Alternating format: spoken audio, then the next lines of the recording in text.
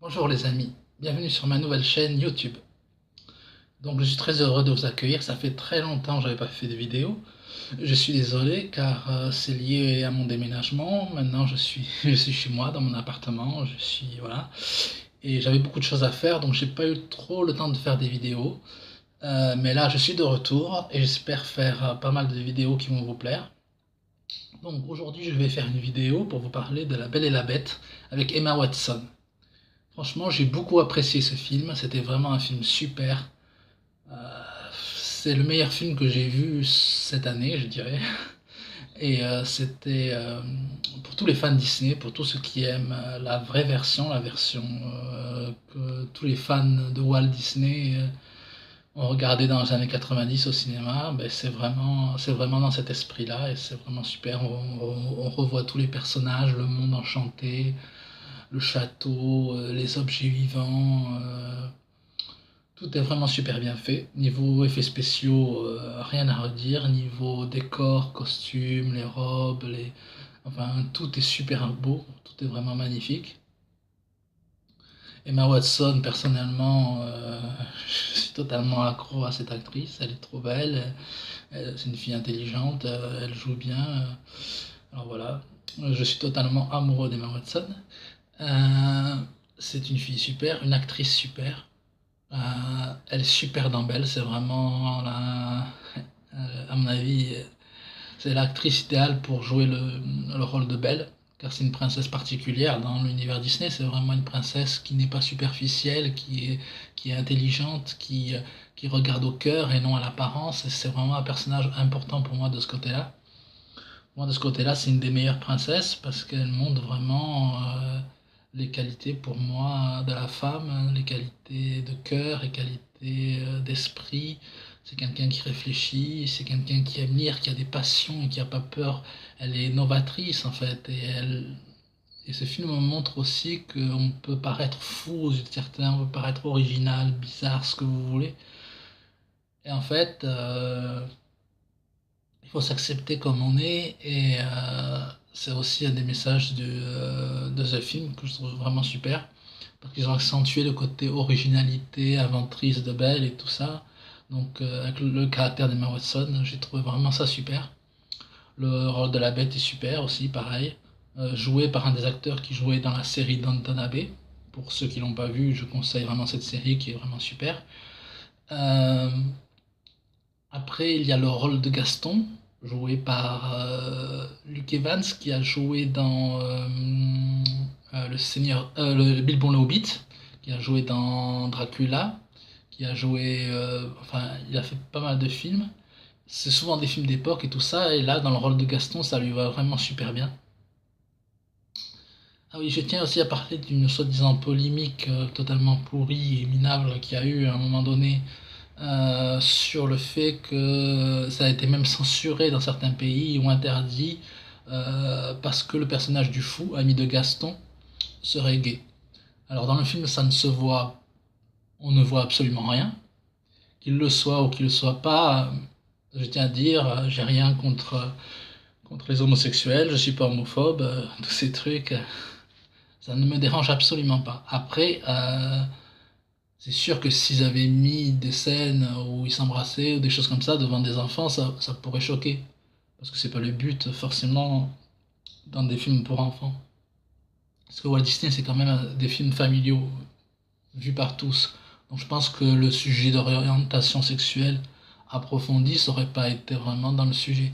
Mais là, personnellement, je n'ai absolument rien vu qui m'a choqué. Euh, Le personnage est en plus super drôle.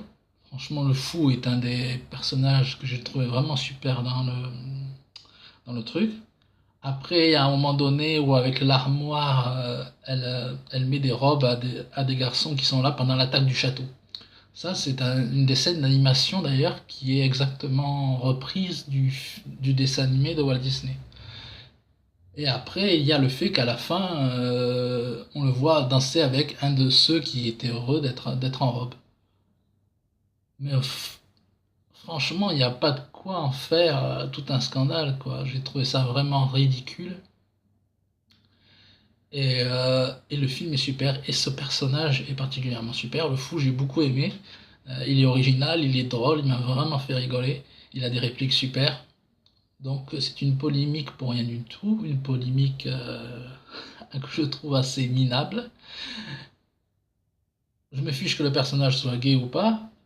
Ce qui compte, c'est que le personnage m'a vraiment fait rigoler. Il est super drôle. Et même la scène avec l'armoire où où les gars sont maquillés et en robe, c'est marrant. Et puis c'est vraiment comme dans le film d'animation. Et puis toutes les répliques du fou sont vraiment super drôles. Donc j'ai trouvé vraiment que c'était une polémique minable et qui ne servait absolument à rien. Après, Evan McGregor dans le rôle de Chandelier Lumière, absolument génial, pareil. Ian McKellen, Seigneur des Anneaux, qui voulait Magneto et tout ça, un acteur hyper connu qui joue le rôle de Big Ben, pareil, super. Vraiment, tous les personnages sont absolument géniaux. Emma Thompson, enfin, tous les acteurs sont super. Je ne vais pas tous les citer, mais c'est vraiment tous des super acteurs.